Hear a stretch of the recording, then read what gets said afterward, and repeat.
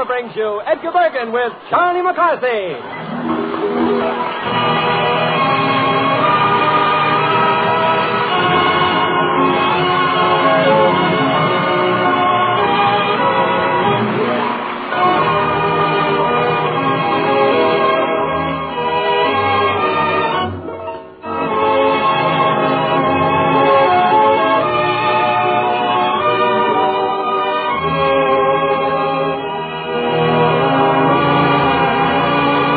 It's Sunday night and time again for Edgar Bergan with Charlie McCarthy.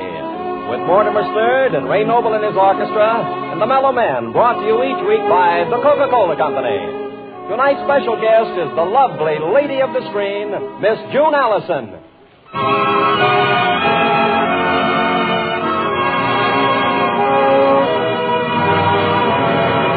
And now, Edgar Bergan with Charlie McCarthy.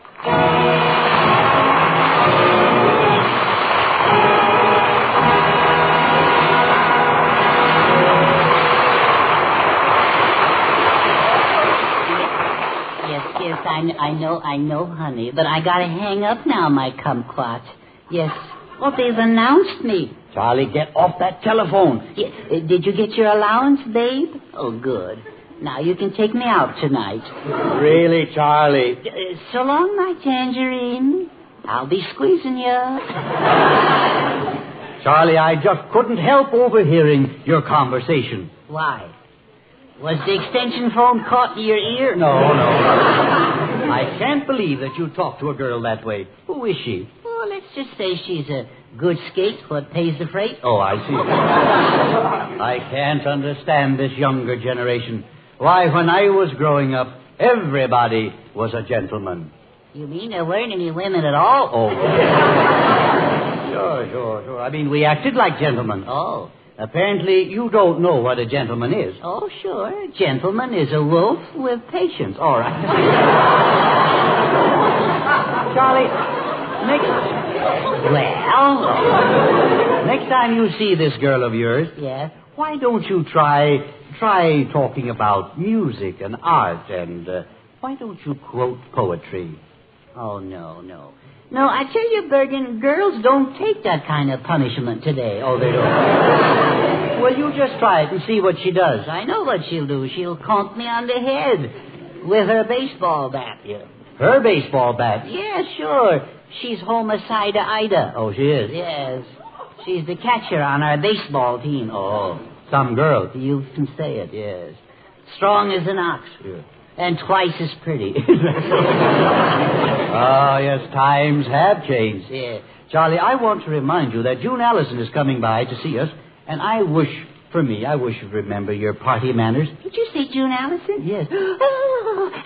All right. Now, there is my big moment. Yes. You know, she's just as cute as a button. Yes. Now, I'd like to get my button hooks on her. All right. I want you to think of yourself as a gallant knight and conduct yourself as one of King Arthur's men. Now, those were wonderful days. Were you happy then, Bergan? Oh, I wasn't born then. Oh, look, I see June Allyson headed this way. Oh, my heart is turning a handspring.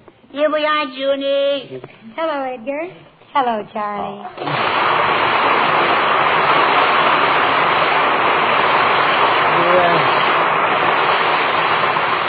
Junie, it's good to see you. Yeah, we were just talking about romance and chivalry, you know. Tell me, do you feel spoony, Junie? That I do, Goonie. All right. June, I was telling Charlie if he would conduct himself as a knight of King Arthur's time, he would be the most popular boy at school. You are absolutely right, Edgar. I'm sure everyone would think that... Think that I was nuts. Yeah, I agree with you. Yeah. It would not fit in with our times. But I would have adored living in those days with all the knights in their shining armor. Well, what was so great about that? Well, it would have been so much fun shopping for hand goods. Why? Well, in those days, even the men were put up in tins. Jude. You're ashamed, aren't you, now? I told you not to say it. Soon I remember seeing you in the MGM picture. What was the name of that MGM picture? Men Put Up in Tins. No. That one will live to haunt you. All right. Oh, I know, that picture, Words and Music, where you did a very clever little scene. It was two knights in armor, and you sang Thou Swell or something. Yes, that's right. It was about a knight making love to his lady fair. Yeah. With a modern touch. Yeah, I remember that. I know how the song goes. It goes, Thou Swell. No, Johnny, it goes like this. You're interrupting me. Thou swell, thou witty, thou sweet, thou grand, wouldst kiss me pretty, wouldst hold my hand, both thine eyes are cute, what they do to me. Hear me holler, I choose a sweet lollapalooza thee. I'd feel so rich in a hutch for two rooms and kitchen, I'm sure would do. Give me just a plot of, not a lot of land. And thou swell, thou witty, thou grand.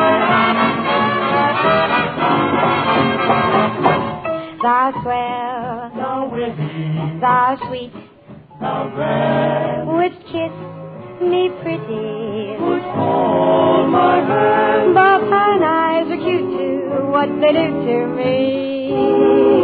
Hear me holler, I choose a sweet lollapalooza in thee. You're my sweet lollapalooza. I feel so rich in the tiny little quonset hut for two. 2 rooms and kitchen, I'm sure would do. Give me just a plot of, Not a lot of land, and thou swell, thou witty, thou grand.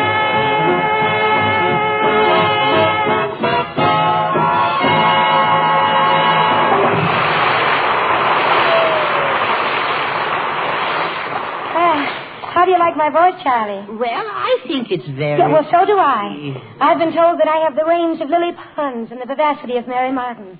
Do you think so? Well, I don't think so either. No. You know, you've got me kind of interested in that King Arthur stuff. Say, I have an idea, Charlie. Yeah? The museum has a wonderful display in their armor room. Let's go and see it. Now, that is a splendid idea. Now, you two go ahead, and I'll meet you at the museum.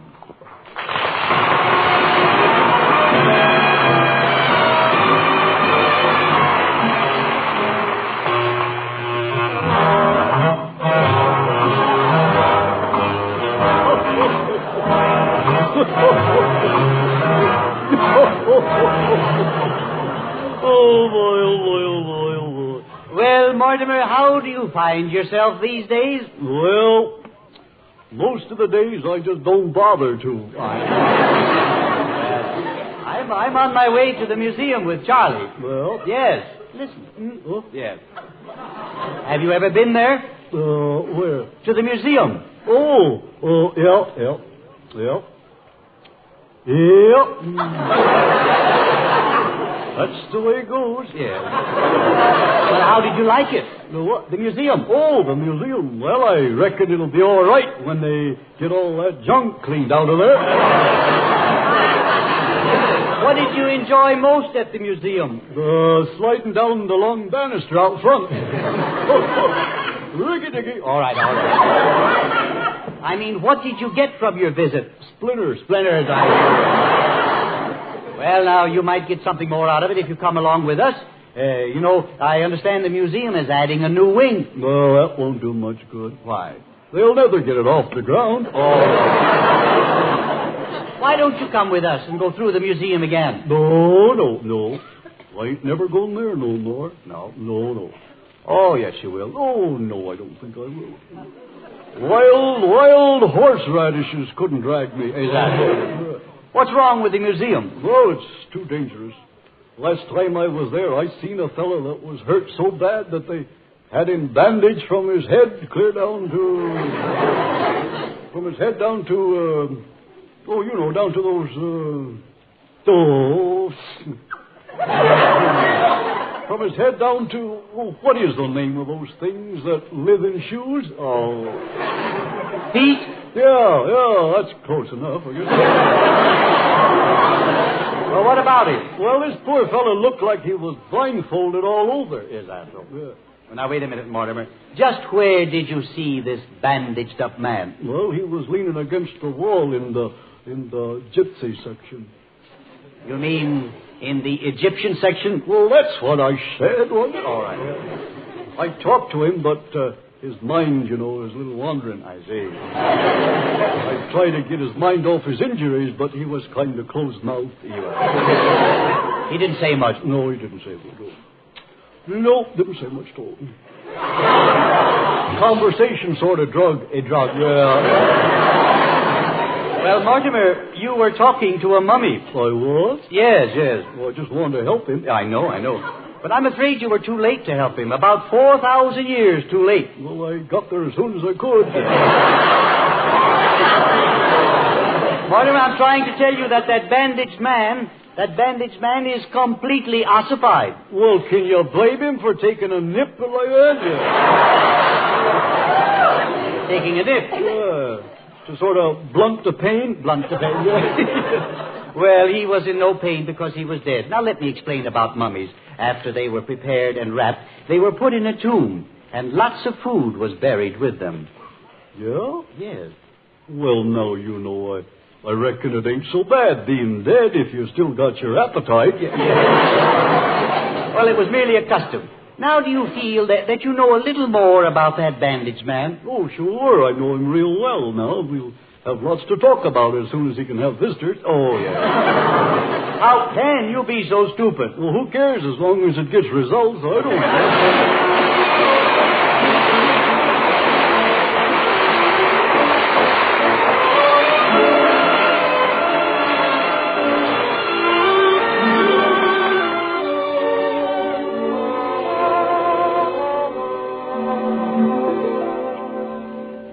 Speaking for your host of the airwaves, the Coca-Cola Company, let me remind you that the Coca-Cola dispenser at soda fountains is host to thirsty Main Street the country over, inviting Christmas shoppers everywhere to pause and shop refreshed.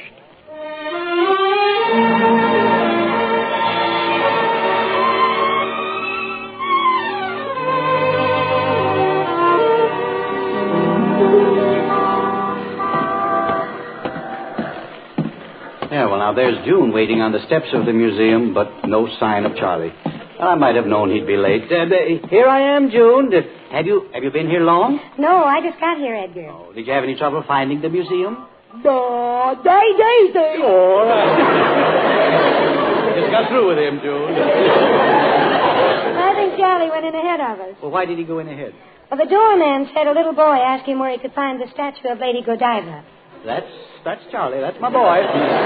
Well, let's go in and find him. I wonder which way it is to the armor room. Hello, friends. Hello. Francis. Hello. I'm Ursula Twing, friends. Simmer down. I'm your friendly museum guide. How do you do? How do you do? Thank you. How do you do? How do you do? My motto is tours with a smile if the tip is worthwhile. We're interested in the armor the knights used to wear. Could you show us through that room? Well, I could, but heavens to Elizabeth, it's way over on the other side. So? So, would you rather stay here and kind of look at our exhibit of old bones? No, I don't. Well, they're just chock full of interest and calcium.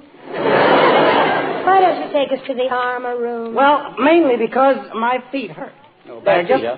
What? Bad feet? No, I've got good feet. As a matter of fact, I forgot to bring my corn plasters today, though I don't know why. I usually keep some on hand. Oh, on hand. On hand, Well, not exactly on hand either, but I usually keep them on my feet. We're only interested in the armor. Well, please, won't you please look at my bones instead, friends?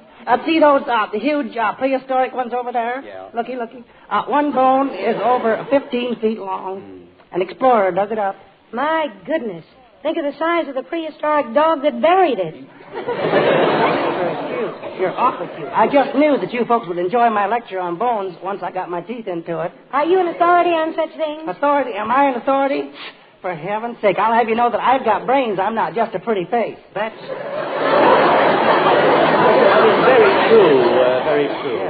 what you said about prehistoric times was very interesting.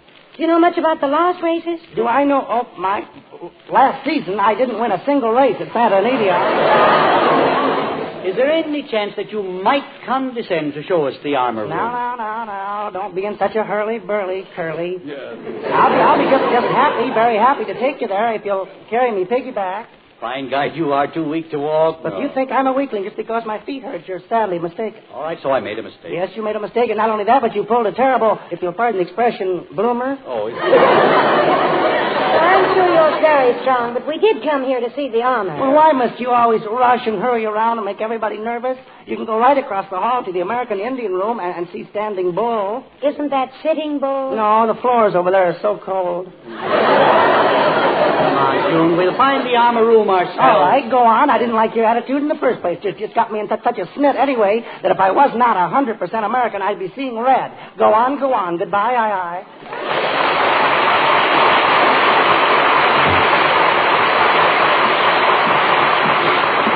Well, let's see now. Oh, there's the armor room right across the corridor, June. Oh, yes, and Charlie's waiting for us. Hello, June. Oh, I always knew you were beautiful, but standing next to Bergan, you're positively gorgeous. Well, thank you, Charlie. And you too, Edgar. Yeah. Just look at this medieval display. Yes, isn't that an impressive armor, that suit there? Oh, it's wonderful material. Sort of a galvanized gabardine. I wonder how they had their suits pressed in those days. Yeah, I bet the laundries tore the bolts off the shirts. Well, according to the legend of King Arthur, the noble knights performed many feats of daring do for their ladies fair. And from all over Britain, they came to Camelot to earn their seats at the round table.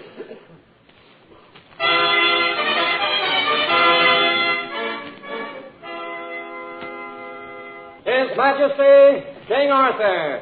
Greetings, brave knights. Take thy seats at the round table.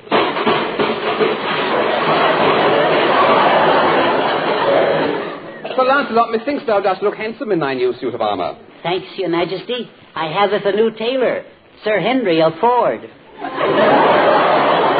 Oh, yes. I've heard his slogan. Watch the pants go by. Thy suit looketh a bit rusty. Methinks it needs a lube job. Yeah. Tonight I shall go out and get oiled. Lancelot, really, thou must mend thy ways. It looketh bad for a knight at the round table to spend all his nights at the pool table. Oh, I said that was a jest, methinks. I'll certainly do it. What is this going on here? Hop! What cometh near, my good Merlin? Sire, a group of strolling players approaches. That is to say, Owen. How now, good players? What cooketh? Hello, gentlemen. I heard you blokes are in the mood for some games and music. Blimey, I really hope so. Zounds, thou art a comely tomato. What hast thou in yon basket? Coconuts, Your Highness. They're part of the game. Special they are, and only a penny a pitch.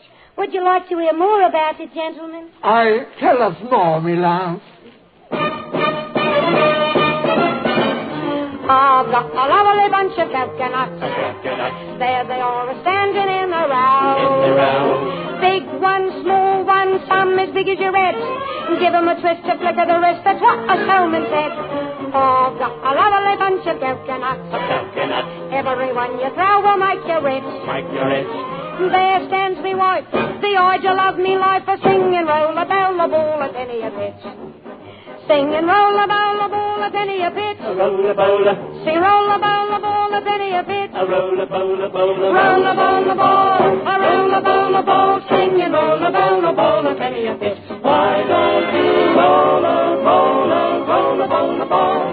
Roll a bowler, roll a bowler, ball. A penny a pitch, a penny a pitch, a penny to roll a ball. Roll a bowler, ball, a penny a pitch to roll a ball. I've got a lovely bunch of coconuts. Nuts. There they are, standing in a Roll. row. Big one, small one, some as big as your head. Wow. Give 'em a twist, a flick of the wrist, that's what the showman said. No, I've got a lovely bunch of coconuts. Here you are, my lucky lad. Penny a shy. Now then, lady, you try your luck. My good man, how much do you require for one coconut? 1 copper, lady. 1/6 of a tanner. Oh, how terribly, terribly vulgar. Penny a shy. What about you, dearie? Well, can me little boy have a free throw? Free throw. Knock it.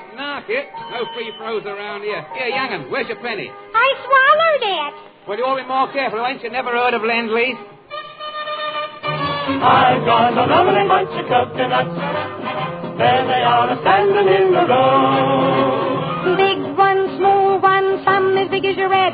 Give 'em a twist, a flick of the wrist. That's what a showman said. Oh, I've got a lovely bunch of coconuts. Every ball you go will make me rich. Me husband's over there. They are your love the fair. Sing and roll a bell, a ball, a penny a bit. A bitch, Sing and roll a bell, a ball, a penny a bit.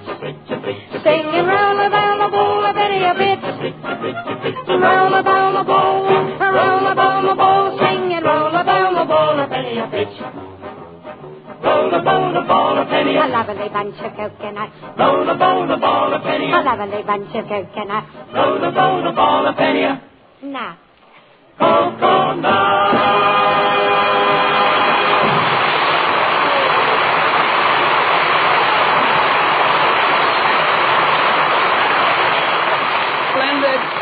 Splendid.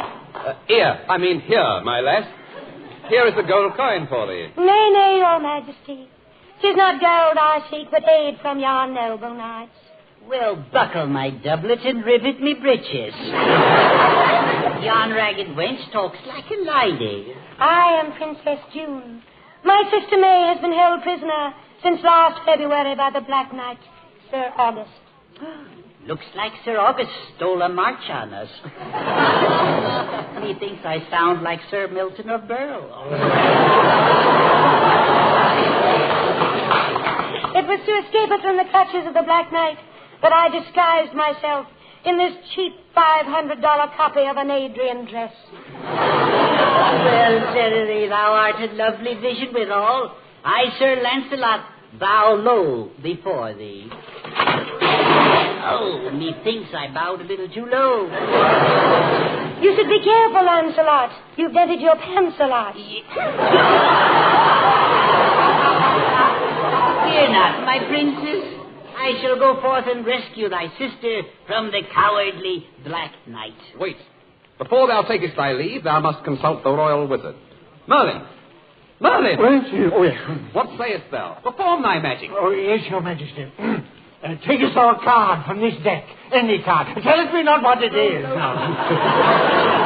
Merlin, no. Lookest thou into the future, that we may know the perils that await Sir Lancelot. Oh. Abracadabra. Hocus pocus. Presto, changeo metro. Now, get to the trick. Sir Lancelot, I see you and the princess coming to a wide river. Hocus pocus. I see a river too deep to ford, too perilous to swim. And you have no boat. Then how do we get across? You use the bridge. The guy doesn't know his hocus from his pocus. Now you meet a giant and tilt with him in the darkness. That's impossible. When I tilt, I always light up. Come, my princess. We will saddle my noble steed and hie us hence. Good. We will need it an early start because hence is 20 miles away.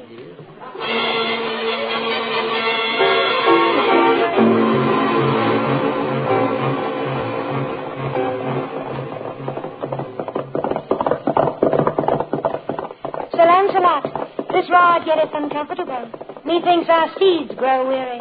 Thou art so right, princess. I will trade them in for fresh ones. Whereth?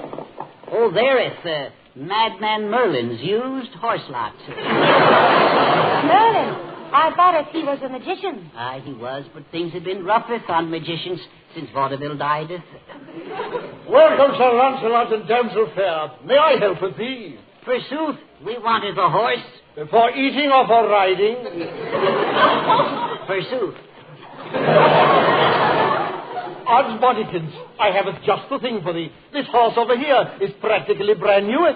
He hath very low mileage. Oh, he's not bad, Sir Lancelot. Look at those white sidewall feet.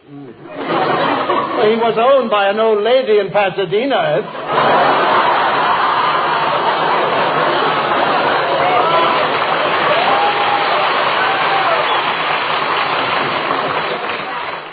She just used him to go shopping. He was up on blocks for 6 months. Is he four-gated? No, four-legged, one in each corner. Verily, he is a bargain and can be financed through the Bank of Camelot. And pay a 12% interest? Nay, Varlet, I will giveth thee cash. What about accessories? Teeth are extra, you know. He needeth not teeth. All he eats is hay, and he can gum that. Here is the money, madman. Come, princess. We must get to the Black Night and headeth for the blackout.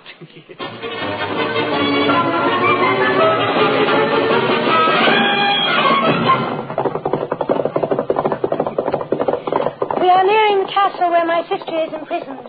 Look, here cometh the Black Knight. Loose thy lance and lance lunge. Fear not, my beloved. I shall cut through his armor with ease, for on the end of my lance I have a can opener. On guard, varlet. Cometh to joust with thee, I do.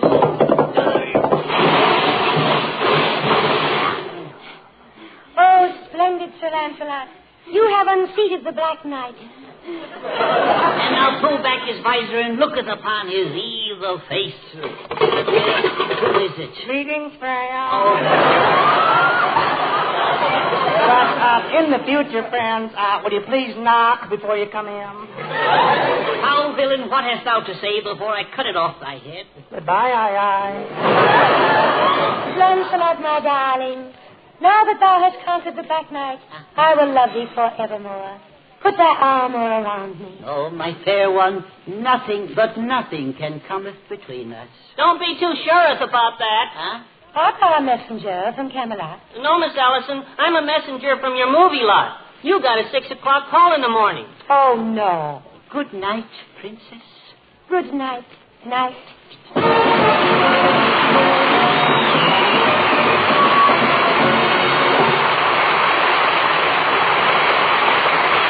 Edgar Bergan will be back in a moment. But in the meanwhile, remember, folks, whoever you are, whatever you do, wherever you may be, when you think of refreshment, think of Coca-Cola. For Coca-Cola makes any pause the pause that refreshes. And ice-cold Coca-Cola is everywhere. And now, here's Edgar Bergan. Just a word of thanks to June Allyson for appearing with us tonight. I guess next week will be the cowboy king of radio and television, Hopalong Cassidy. Good night, everybody.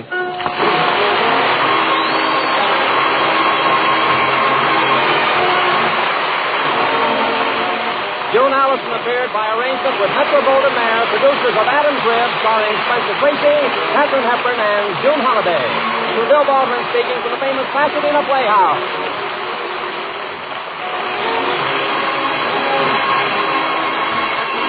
This is CBS, the Columbia Broadcasting System.